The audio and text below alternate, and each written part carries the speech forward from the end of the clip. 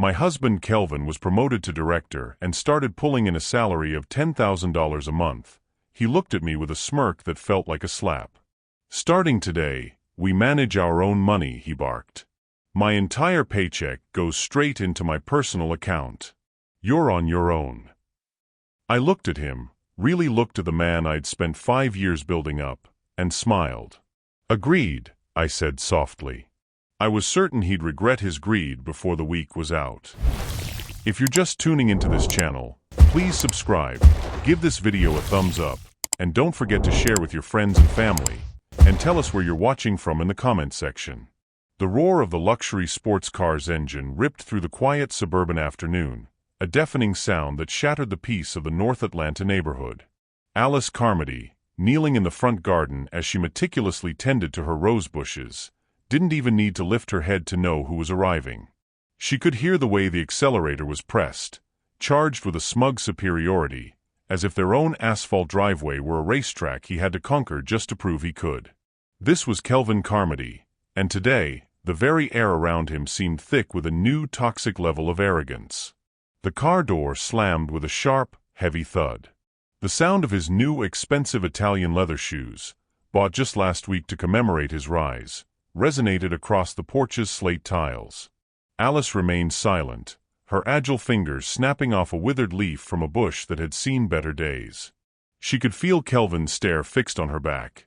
It was no longer a look of love, but a blend of superiority and barely concealed disgust. He stood there for a moment, savoring the height of his new pedestal before he deigned to speak. Still playing in the dirt, Kelvin sneered. It wasn't a question, it was a judgment, a way to remind her that while he was climbing the corporate ladder, she was rooted in the soil. Alice finally rose, brushing the dark earth from her gardening gloves with a patience that had become her second nature. She turned and offered him the same serene smile she always did, despite the heat of his gaze. Her simple house clothes were a little messy, her face devoid of makeup, and her hair tied back loosely. She looked like a woman who didn't have a care in the world, which only seemed to irritate him further. "You made it, sweetheart," she said softly. "Want me to draw you a hot bath?" Kelvin snorted, choosing not to reply as his eyes scanned her up and down with clinical disdain. He compared her to himself. He was wrapped in a crisp new suit from a high-end designer, a gleaming imported shirt, and a wristwatch that cost more than a mid-sized motorcycle. He felt like a king who had returned to a peasant's hut. "Look at me, Alice," he said, striding into the house with a gait that demanded the walls acknowledge his presence. He threw his briefcase onto the sofa with a deliberate force, making sure the noise echoed through the living room. His car keys clattered sharply onto the glass table, a metal-on-glass protest to his arrival. "Look at me," he repeated, waiting for her to acknowledge the transformation. Alice followed him inside, standing by the door with her gloved hands folded. "Yes, dear." "What is it?" she asked, her voice a calm contrast to his frantic energy. Kelvin puffed out his chest, loosening his tie just enough to show he was a man of action, but keeping it on so she wouldn't forget he was a man of status. He wanted her to see how important he had become in the eyes of the world. Alice pretended to think for a moment, tilting her head. "It looks like good news. Your face is very happy." "Happy? Of course I'm happy." Kelvin let out a forced, jagged laugh that held no warmth. He stepped closer until only an arm's length separated them, the smell of the garden soil on her clothes making his nose wrinkle in distaste. "Alice, starting today, you'll have to call me director. I've been officially promoted." He emphasized the title as if it were a royal decree, waiting for the awe to settle on her face. "Congratulations," Alice said, her smile never wavering. "That's wonderful, dear. I'm truly happy for you." But Kelvin wasn't satisfied with a simple wonderful. He wanted her to feel the weight of the gap that had just opened between them. He wanted her to understand that he had reached a new level, one where the rules of their marriage no longer applied. "Just happy?" he asked, his voice dropping into a low, dangerous tone. "Do you even know what my salary is now? $10,000. $10,000 a month, Alice." He paused, letting the figure hang in the air like a trophy. And that's just the base. Not counting the allowances and the bonuses. He searched her eyes for a flicker of fear or perhaps the sudden realization that she was now beneath him. He wanted her to beg for a share of his glory, but Alice only nodded, her expression as unreadable as the surface of a deep, still lake. "That's a real blessing, sweetheart," she replied, her voice remaining at that same, maddeningly peaceful pitch. To Kelvin, her serenity was an insult. He was a director now, he was the master of his fate, and he was about to make sure she knew exactly where she stood in his new world. The living room air felt heavy, saturated with Kelvin's newly minted sense of self-importance as he paced the expensive marble floor that, unbeknownst to him, he did not own. He turned to face Alice, his expression hardening into something clinical and cold. The promotion hadn't just changed his title, it had stripped away the last remnants of his filtered kindness. He took a slow breath, savoring the silence before delivering his decree. His chest puffed out as he loosened his tie just enough to signal he was now a man of consequence. "Since I've reached a new level now," Kelvin began, pausing deliberately to savor the power dynamic shift, "I think it's time we set some new rules in this house." Alice waited, standing still with her gardening gloves still clutched in one hand. Her heart thumped, not from a sense of dread or the panic Kelvin hoped to see, but from a sharp, hidden anticipation. This was the moment of no return she had been waiting for. Kelvin pointed a finger toward her chest, his voice dropping into an imperious tone. "Starting today, our finances will be managed separately. My $10,000 paycheck will go entirely into my personal account, an account I will manage alone." He searched her eyes for a flicker of desperation, wanting to see her crumble at the prospect of losing the lifestyle he believed he provided. "You just take care of your little needs," he continued with a dismissive wave. "Maybe I can spare you $1,500 or $2,500 a month for the household expenses. That should be more than enough for someone who spends all day playing in the dirt." He framed the offer like a grand act of charity, his eyes scanning her messy house clothes with a blend of superiority and barely concealed disgust. The silence that followed was broken only by the soft, rhythmic hum of the air conditioning. Kelvin stood with his chin tilted up, waiting for the predictable reaction, the crying, the shouting, the accusations of unfairness. He had 1,000 prepared answers designed to silence her and put her in her place. But Alice didn't shout. After a brief, calculated pause, a slight, almost imperceptible smile touched her lips. "Agreed," she said softly, her voice like silk. Kelvin was stunned, his momentum halted by her total lack of resistance. "What? Just agreed?" he stammered, feeling strangely dismissed by her calm. Alice nodded serenely. "Yes, sweetheart. It's your money. You have every right to manage it. I have no right to stop you." Her compliance infuriated him. He hadn't gotten the fight he wanted to win. "Good that you recognize your place," he snapped, his voice rising in an attempt to reclaim the dominant energy. "Now go fix me that hot bath and make me a cup of the imported coffee I bought yesterday. Don't use that cheap blend garbage of yours." With a final arrogant huff, Kelvin turned and walked toward the master bedroom, the heavy thud of his Italian leather shoes marking his path. Alice remained in the center of the living room for a few seconds, her patient smile slowly fading until her eyes were as cold and sharp as ice. She waited until she heard the bedroom door slam and the sound of the shower turning on, ensuring Kelvin was fully occupied with his own reflection. The moment she was certain he was gone, Alice moved with a predatory grace. She didn't head for the kitchen to start the coffee or the bathroom to draw the bath. Instead, she reached into the deep pocket of her gardening dress. She didn't pull out the old cracked screen phone she carried in front of Kelvin to maintain her persona. Instead, she produced a sleek, shimmering flagship smartphone, the latest model that had yet to even reach the general public. Her fingers moved with professional speed across the screen. She didn't hesitate as she opened an encrypted messaging app and pulled up a contact saved simply as "legal team." She typed just 2 words, "Tonight. Confirm." She stood there for a heartbeat, the blue light of the screen reflecting in her icy gaze. Almost instantaneously, the reply buzzed against her palm. "All prepped as ordered, ma'am." Alice deleted the messages with a single swipe, tucking the high-tech device back into its hidden pocket. She didn't feel the weight of Kelvin's new rules. She felt the weight of the 5 years she had spent testing a man who had finally proven himself unworthy. She walked to the kitchen, but she didn't touch Kelvin's expensive coffee. Instead, she poured herself a simple glass of water, needing to clear her mind for the final act of the plan she had just set in motion. Looking at her reflection in the dark glass of the kitchen window, she saw the woman Kelvin thought was a submissive gardener, but she also saw the CEO who was about to dismantle his world. "You're going to regret your greed, Kelvin," she whispered into the quiet house. "You'll learn that separating finances is much more painful than you ever imagined." The following afternoon, the atmosphere within the Carmody household had shifted from tense to frigid, as Kelvin took every opportunity to exert his supposed dominance over Alice.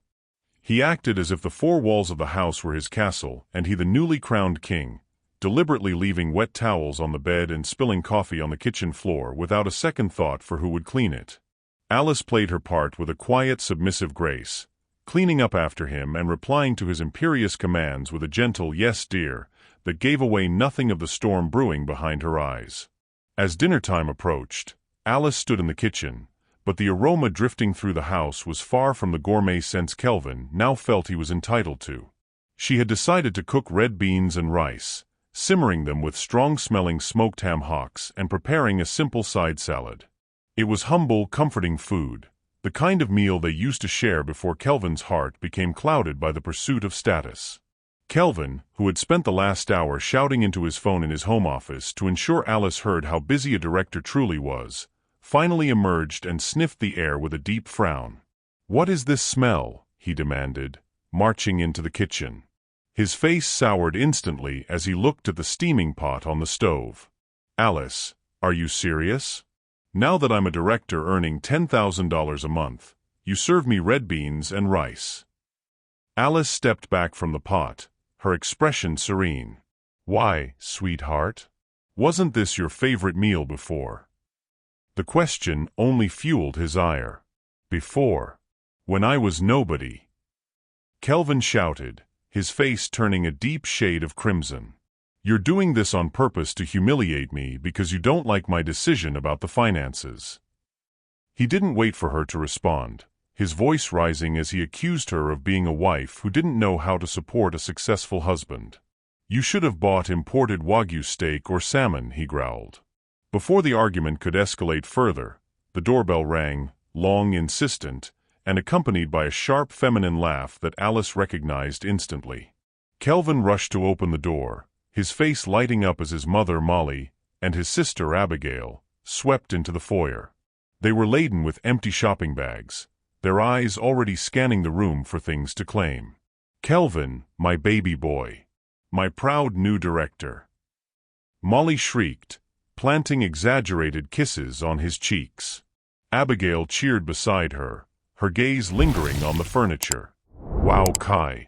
Now we can finally take that trip to Dubai, right?" In his excitement, Kelvin momentarily forgot the humble meal in the kitchen, ushering them inside. Molly walked in firmly, thrusting her heavy handbag at Alice without even a glance of greeting. "Take this."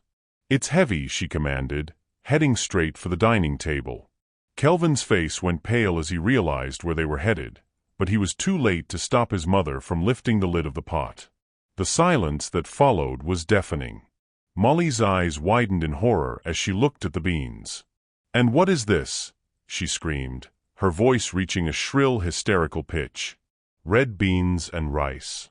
Alice, what are you thinking? You're trying to poison our son." Abigail joined the fray, her voice dripping with condescension. "Oh my God, Alice, this is too much. Kai is an important person now.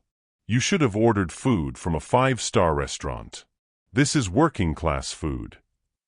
Cornered and embarrassed in front of his family, Kelvin chose to use Alice as his scapegoat. "She's doing this on purpose, Mama," he growled, pointing a finger at his wife. "She's jealous because I got promoted." Molly shot Alice a look of pure hatred. "You ungrateful woman. You're nothing without Kelvin. You should treat him like a king." Abigail added with a sneer, "Now that Kai is successful, you have to level up.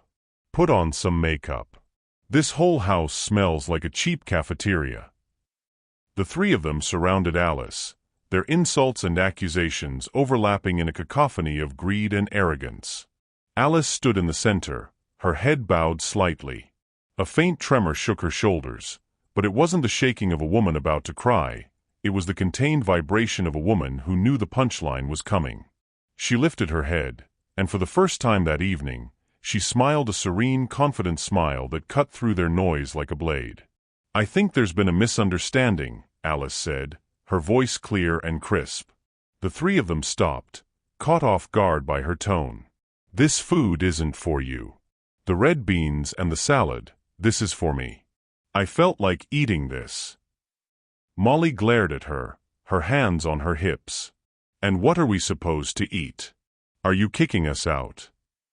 Alice glanced at the kitchen clock. Exactly 15 minutes had passed. "Of course not, Mother Molly," Alice whispered, her smile widening. "Your food is on its way."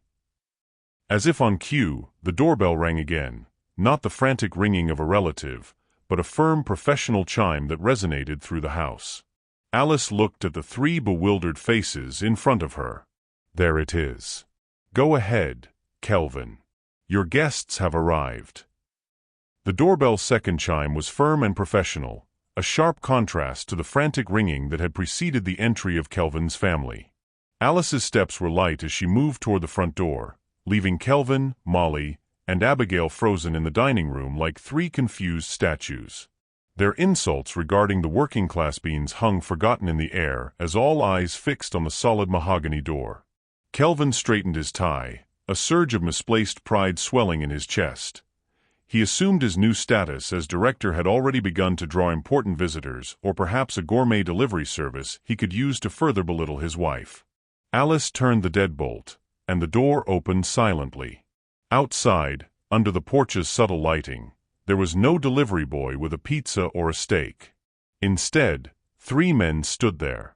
The man in the center was tall, in his mid-40s, and radiated an undeniable aura of authority that made Kelvin's director persona seem like a child's costume. He wore a custom-tailored dark gray suit that likely cost the equivalent of several months of Kelvin's new salary. Thin-rimmed glasses rested on his nose, and his hair was impeccably styled with streaks of gray at the temples. He looked at Alice not with the casual familiarity of a guest, but with the deep, practiced respect of a high-level professional. On either side of him stood two younger men, similarly dressed in sharp, dark suits, each holding an identical aluminum briefcase that shone under the porch light. "Good evening, Mrs. Carmody," the man in the center said, his voice deep, calm, and perfectly modulated. Abigail was the first to react, whispering to Molly about how important they looked, while Kelvin felt a sudden, inexplicable chill run down his spine. He felt his newly acquired aura of authority begin to fade before these men had even crossed the threshold. "Good evening, Mr. Doran," Alice replied with a faint, knowing smile. "Please come in. You're right on time." Mr. Doran, the lead attorney, nodded once and entered, followed by his two associates. They did not pause to remove their spotless, gleaming shoes as they stepped onto the expensive marble floor. Their steps were firm and confident as they walked past Kelvin, Molly, and Abigail as if the trio were nothing more than invisible furniture. They came to a halt in the center of the living room, directly across from the table where Alice's humble meal was still steaming. Kelvin felt his blood begin to boil at the perceived slight. Being ignored in his own home was the ultimate insult to his new ego. "Just a moment," Kelvin shouted, his voice echoing against the high walls of the foyer. "Who are you people?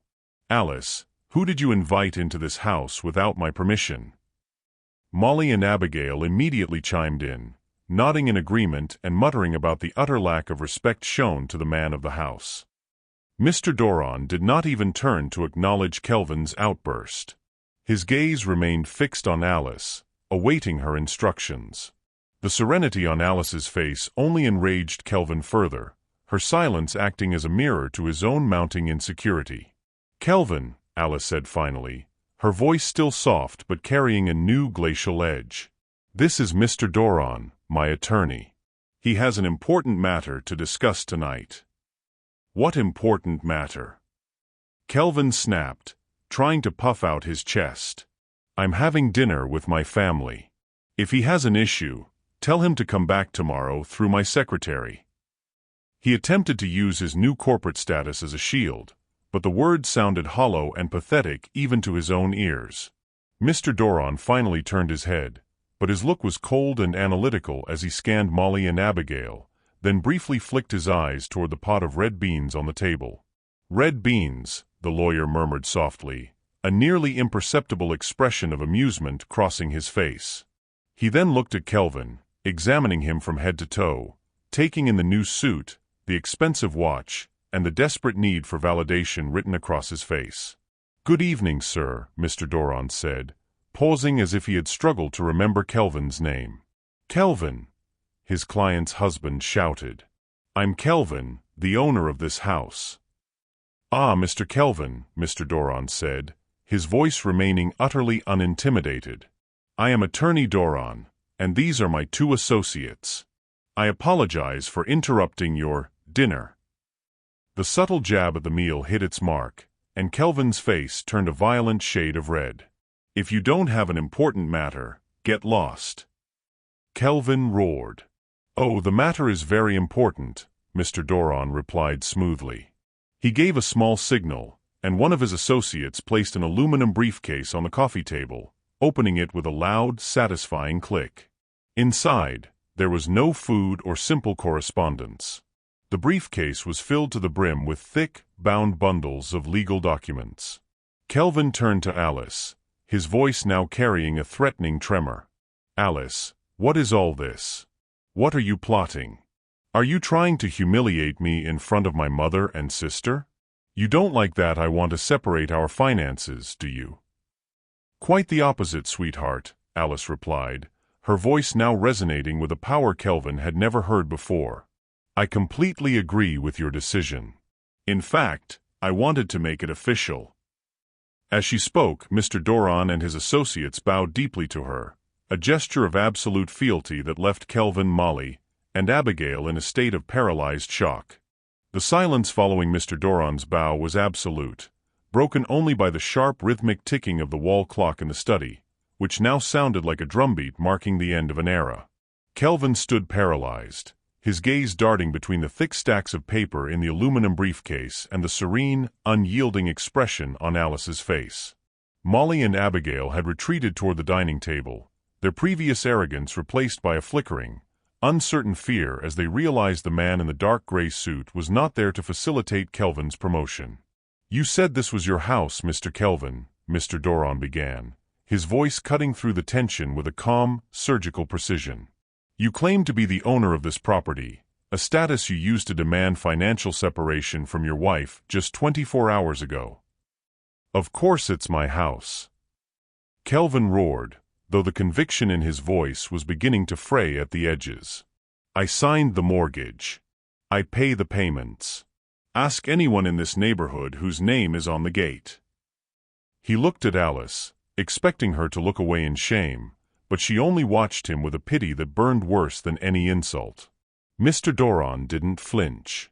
He reached into the briefcase and pulled out a thick blue folder, opening it to reveal a document embossed with a gold seal.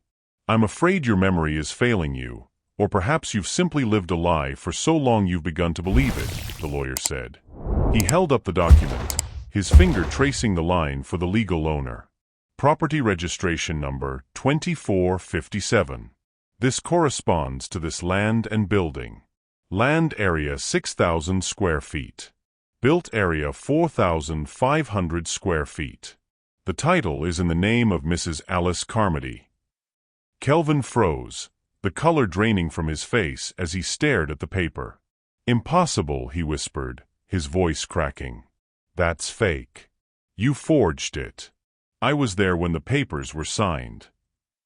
"Mr. Kelvin, this document was issued by the county recorder's office," Mr. Doran replied, his tone as cold as a judge's sentence. Look at the date.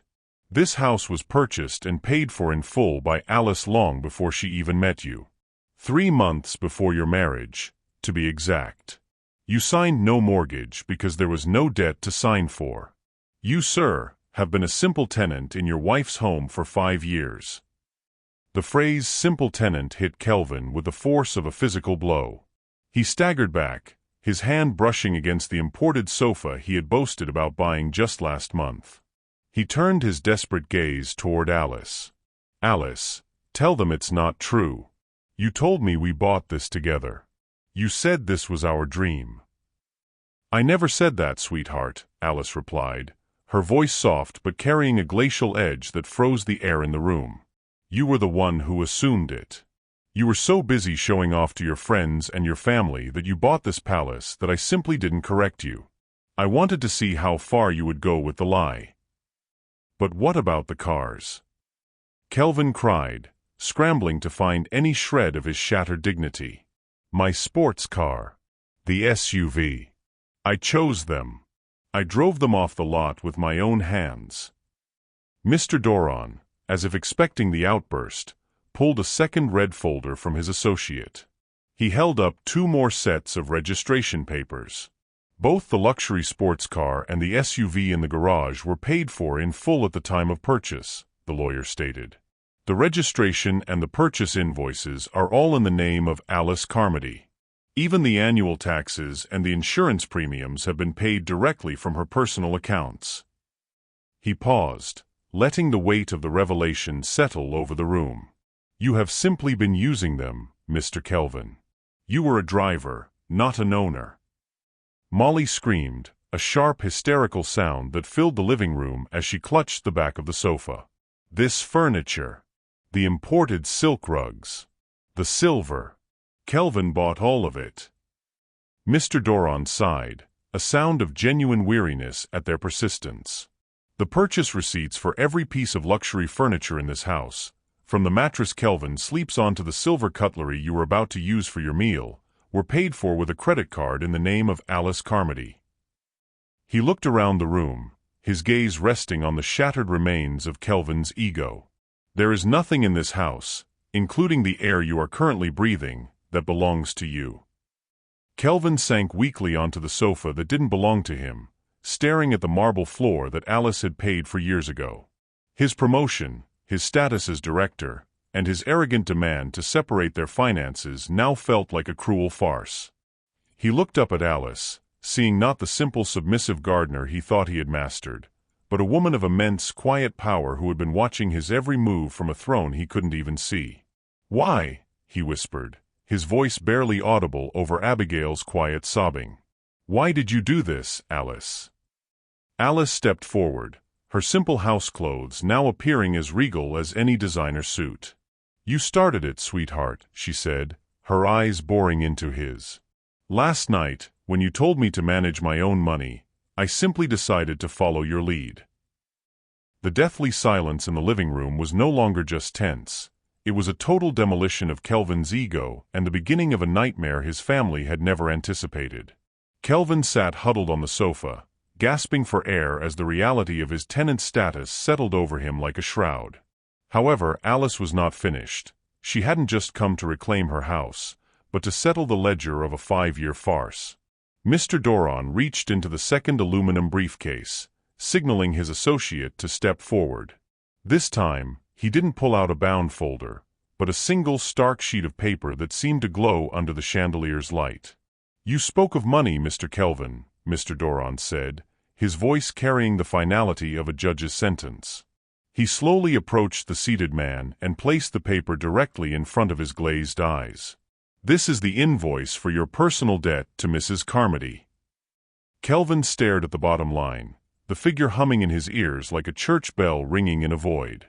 $200,000. It was a sum so vast it rendered his new $10,000 salary an irrelevant pittance, especially since it would take him years to pay it back even if he never ate or drank another drop. "I didn't sign any debt documents," Kelvin whispered, his voice cracking with a desperate last-ditch attempt at defiance. "This is a trap. A setup." Mr. Doron merely raised a cool eyebrow, his expression one of weary professional boredom. He flipped the page to show a detailed breakdown of transactions that Kelvin had long ago convinced himself were the fruits of his own sweat. Did Mrs. Carmody need a signature when she paid for the complete renovation of your mother's house in Eatonville? Mr. Doron asked, his calm voice echoing through the silent room. Molly, who had been on the verge of another hysterical outburst, suddenly fell silent, her eyes darting between the lawyer and her son with newfound terror.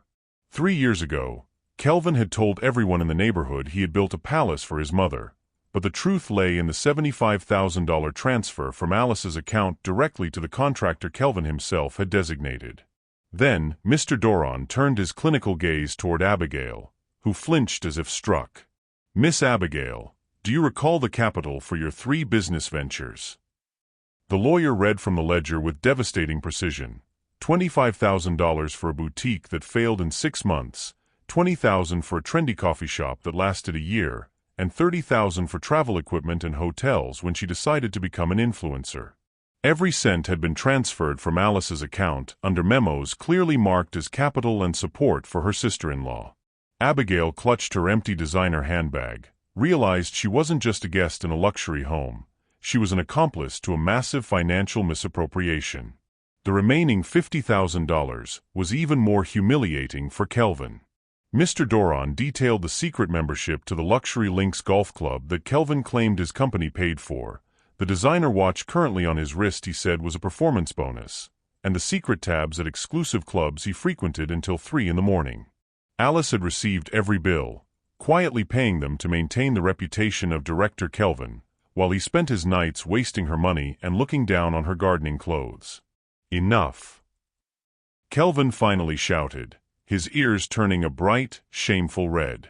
But the word held no power. He looked at Alice, the woman he had dismissed as a simple homemaker, and saw the cold, sharp ice in her eyes. She was no longer hiding behind her attorney. She stepped forward, the simple cotton of her dress now appearing like royal robes in the presence of the broken man before her. "You wanted to manage your own money, Kelvin," Alice said, her voice a lethal whisper. "I am simply granting your wish. I have separated my life, my assets, and my future from yours. Now, I want my $200,000 back." Kelvin couldn't even breathe as he stared at his mother and sister, who were now huddled together in a corner, their arrogance replaced by a raw, primitive fear of the woman they had spent years insulting. The demolition was complete. Alice had not just taken back her house. She had stripped away every lie they used to build their world. Kelvin lifted his head, his eyes red with a mixture of rage and profound confusion as he looked at Alice, who seemed more like a stranger to him now than ever before. He searched for one last insult to throw, one desperate accusation to keep his world from tilting off its axis. "Where did you get all this money, Alice?" he whispered, his voice trembling. "Do you have a sponsor?" Behind him, Molly regained a sliver of her former venom, shrieking that a decent woman couldn't have that much money and accusing Alice of doing dirty things behind Kelvin's back. Alice didn't flinch. She stepped forward, moving in front of Mr. Doron to look Kelvin directly in the eyes. Her simple house clothes, once the object of his sneers, now seemed to possess a weight and authority that made Kelvin feel small. She let out a slow, dry laugh, a sound full of irony that chilled the room. "In the 5 years we've been married, Kelvin, have you ever once asked me who I really am?" Kelvin stammered that she was his wife, but Alice shook her head. She asked him if he had ever inquired about her parents, her career before their marriage, or what she was doing on her laptop at night when he assumed she was watching reality TV. Kelvin remained silent. He had never cared enough to ask. "You assumed I was humble so you could look down on me, and you assumed I was stupid so you could deceive me," Alice said, her voice quiet but ringing with a strength he had never heard. "The reality, sweetheart, is that I am an investor. Long before I met you, I started a portfolio, real estate, tech stocks, and venture capital. I am what the industry calls an angel investor." Mr. Doron nodded, adding that Alice was one of the most respected figures in her circle, a woman who simply chose to keep a low profile.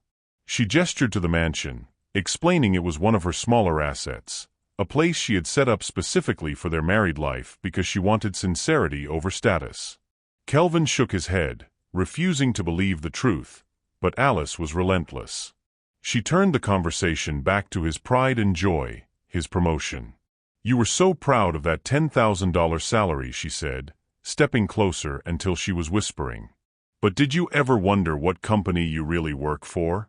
Or who the major client was that just saved your firm from bankruptcy?" Kelvin was bewildered, unable to see how his job at Sterling and Son Constructors had anything to do with their marriage problems or his massive debt. Mr. Doran stepped forward again, relishing his role as the bearer of the final devastating blow. He reminded Kelvin that his company had been on the verge of liquidation 6 months ago, unable to pay salaries until an emergency loan and a massive $5 billion revitalization project appeared out of nowhere. He explained that a massive holding company from the Southeast had bought the firm's debt and injected fresh funds, offering a 10-year contract that saved everyone's job.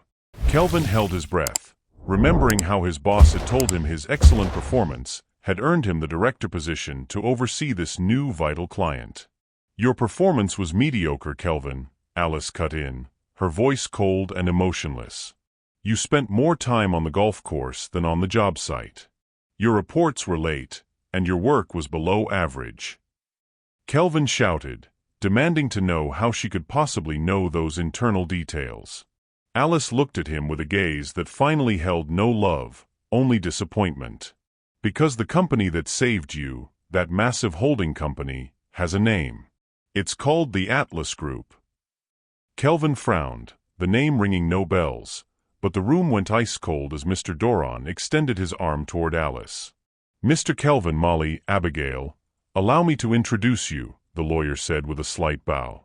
"The person before you is the founder, sole owner, and CEO of the Atlas Group, Mrs. Alice Carmody." The effect was more devastating than a physical explosion. Molly staggered backward and collapsed onto the floor, her mouth open in a silent, horrified gasp. Abigail let out a choked cry and clung to her mother's arm, trembling violently as she realized she owed $75,000 not just to a sister-in-law, but to a billionaire CEO. Kelvin didn't fall or scream. He simply became petrified as the mismatched puzzle pieces of his life snapped together. The director title, the salary, and his simple wife were all part of a picture he was too arrogant to see. "Then, my promotion?" Kelvin stammered, his face white as chalk. Alice confirmed it wasn't earned. It was her condition when she acquired the company. She had ordered the board to give him the highest position and the biggest salary he could dream of as a final test. She wanted to know if, after receiving everything he desired, he would come home and be grateful, or if he would come home and look down on the woman who gave it to him. "You chose to separate your finances from the woman who gave you those finances," Alice concluded. "You failed the final test, Kelvin." Total silence filled the room, a suffocating weight that seemed to press the air out of Kelvin's lungs as he stood like a corpse in the center of the living room he no longer owned. Molly lay unconscious on the floor, and Abigail was weeping quietly, the reality of their $75,000 debt finally sinking in. In that deadly quiet, the sharp chime of a cell phone cut through the air like a blade. All eyes turned to the coffee table where Kelvin's phone was vibrating violently, the screen flashing with a terrifying blue glow. "President." Kelvin stared at it as if it were a poisonous snake, knowing instinctively that this was not a congratulatory call. With a hand that trembled so violently he could barely control it, Kelvin reached out and answered. "Yes, Mr. President," he squeaked, his voice sounding more like a frightened mouse than a corporate director. On the other end, the voice was not that of a dignified executive, but the hysterical shout of a man staring into an abyss. "Kaiser, Kelvin, where are you? What have you done?" the president screamed, his voice so loud it echoed through the silent room. He explained that the Atlas Group legal team had just sent an emergency email to the board and all shareholders, demanding to know what Kelvin had done to offend Mrs. Sterling. Alice took a step forward, her face serene as she reached out and plucked the phone from Kelvin's limp hand. She brought it to her ear, her voice clear and cold. "Good afternoon, Mr. President. This is Alice Carmody. I apologize for the interruption." The reaction on the other end was instantaneous.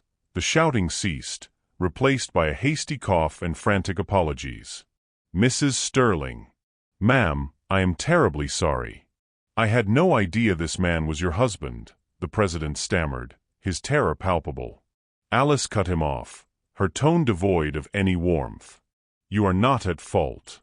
I was the one who requested my identity be kept secret while I conducted a small experiment." She looked at Kelvin, who was now trembling uncontrollably as he realized the experiment was his life. "And the results are now in," she continued. "Mr. President, I want to confirm that the trash must be taken out of the company immediately." The president didn't hesitate for a second. "Of course, ma'am. He is no longer part of our company. He's fired." But Alice was not satisfied with a mere firing. "Firing him is too easy," she said softly, her voice a lethal whisper. "I ask that you ensure he never works again. Not at your company, not at any of your subsidiaries, and not at any construction sector company that is a partner of the Atlas Group." She paused, letting the threat sink in, reminding the president that the Atlas Group owned the entire supply chain, from subcontractors to architectural firms.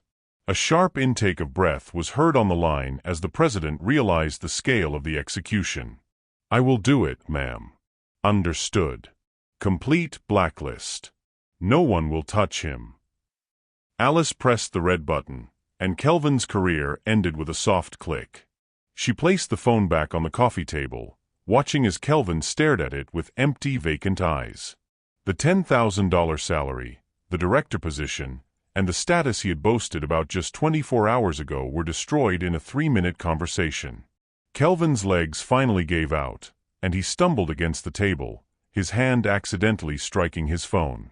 It slid off the glass surface and hit the marble floor with a loud, definitive crack, the screen shattering into 1,000 pieces just like his future.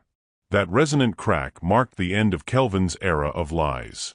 He looked up at Alice, seeing the woman he had once dismissed now transformed into a figure of absolute power.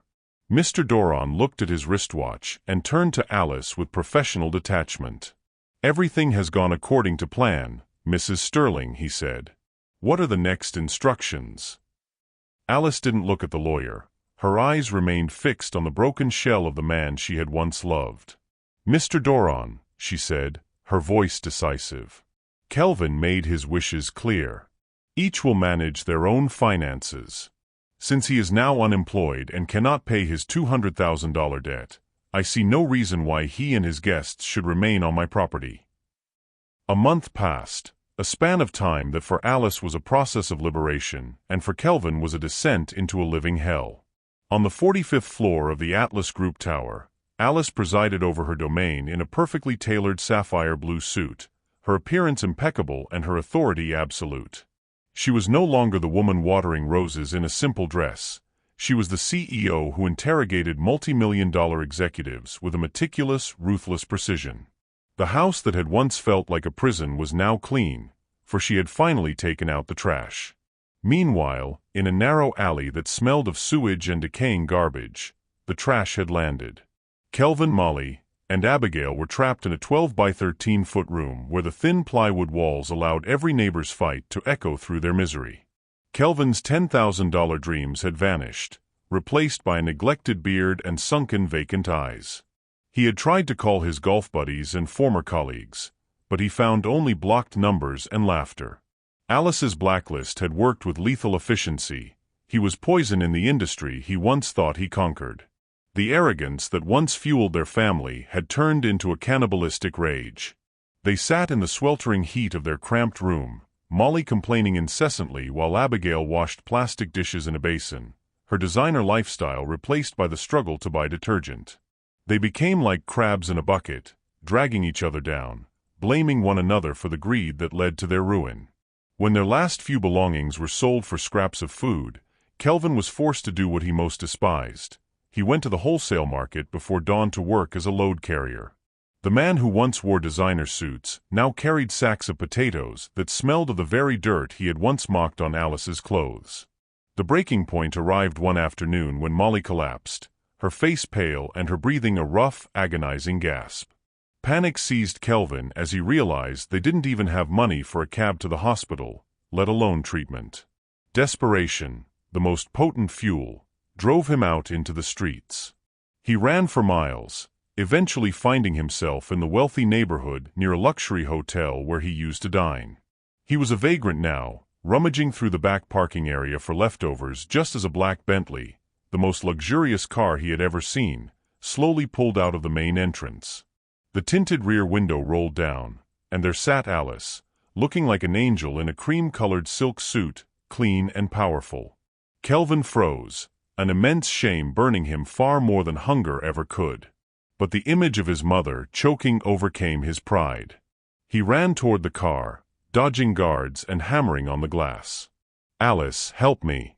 Mama is dying. I don't have any money," he wept, kneeling on the asphalt and clutching the door.